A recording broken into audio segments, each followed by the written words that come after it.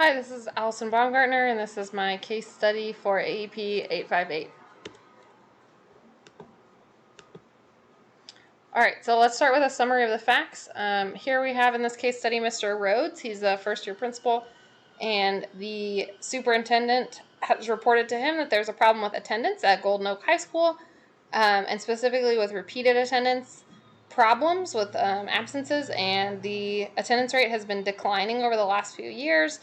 There's also a program concern about possibly athletics and their adherence to the policies, and the superintendent wants the attendance to be fixed. He wants it, or she wants it, to go up.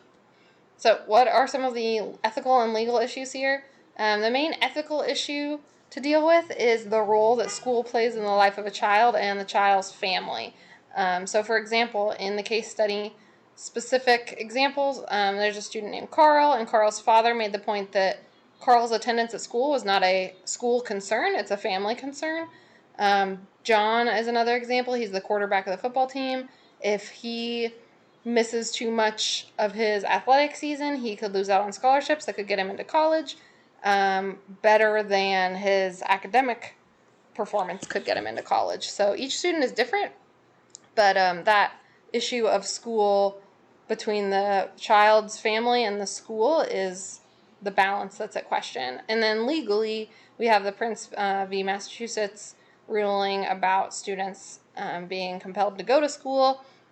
Also, some other issues are just the idea of a high school student who was married, and then the separation of church and state with another student missing for religious purposes.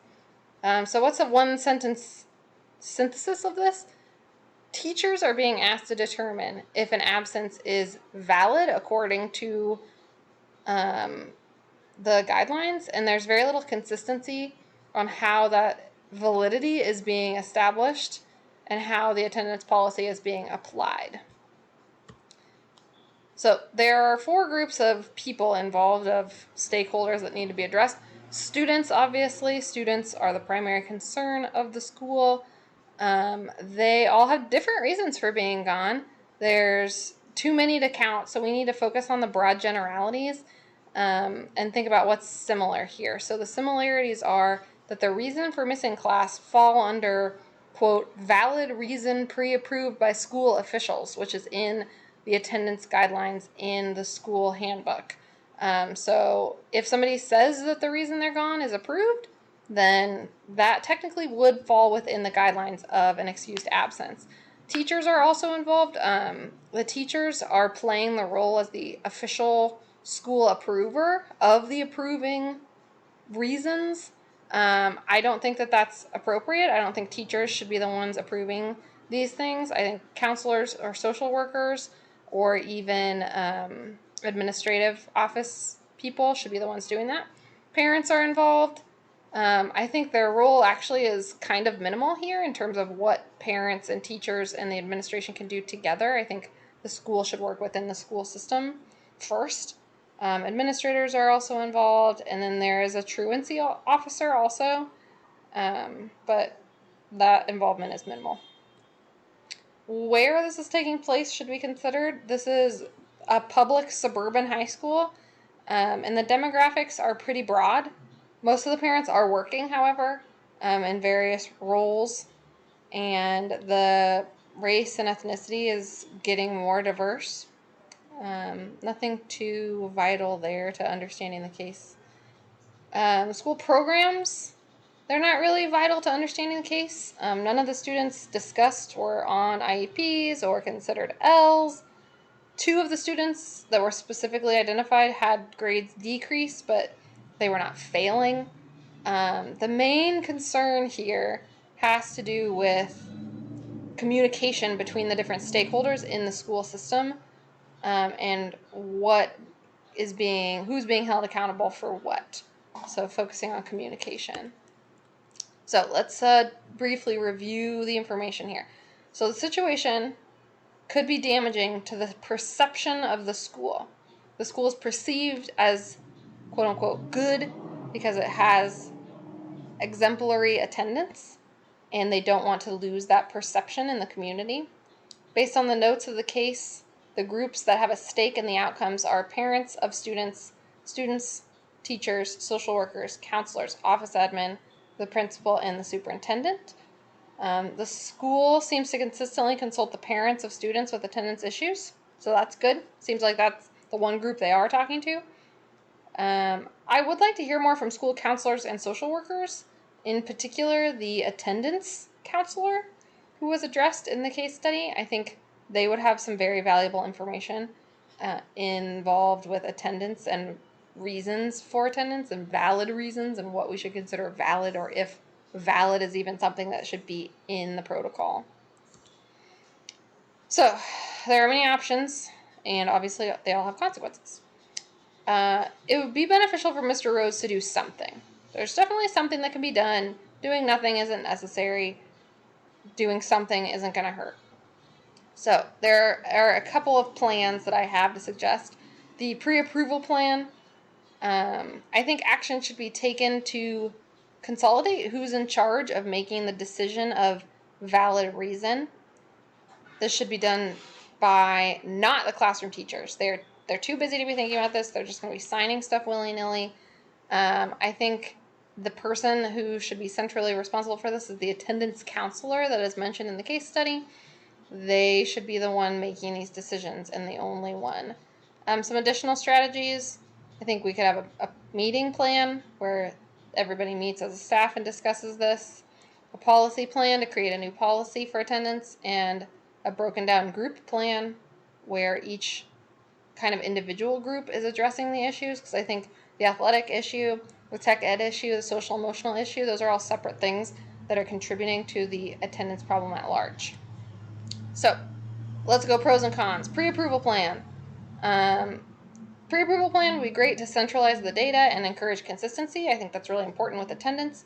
However, I don't know anything about the attendance counselor. They may already be doing this. There may be breakdowns in communication. They may be too busy. Meeting plan, minimum effort, that sounds great. People might just need a reminder. Maybe they just didn't know. However, cons, it does say in the case study that we don't have a lot of turnover at the school, so the teachers should know. And teachers are the ones that are approving these absences, so they might just not care. Like they might genuinely know what's happening and they just don't care. The policy plan, it'd be good to make a policy that's a little more flexible and understandable. Maybe the demographics are changing, so we need to address what this new normal is.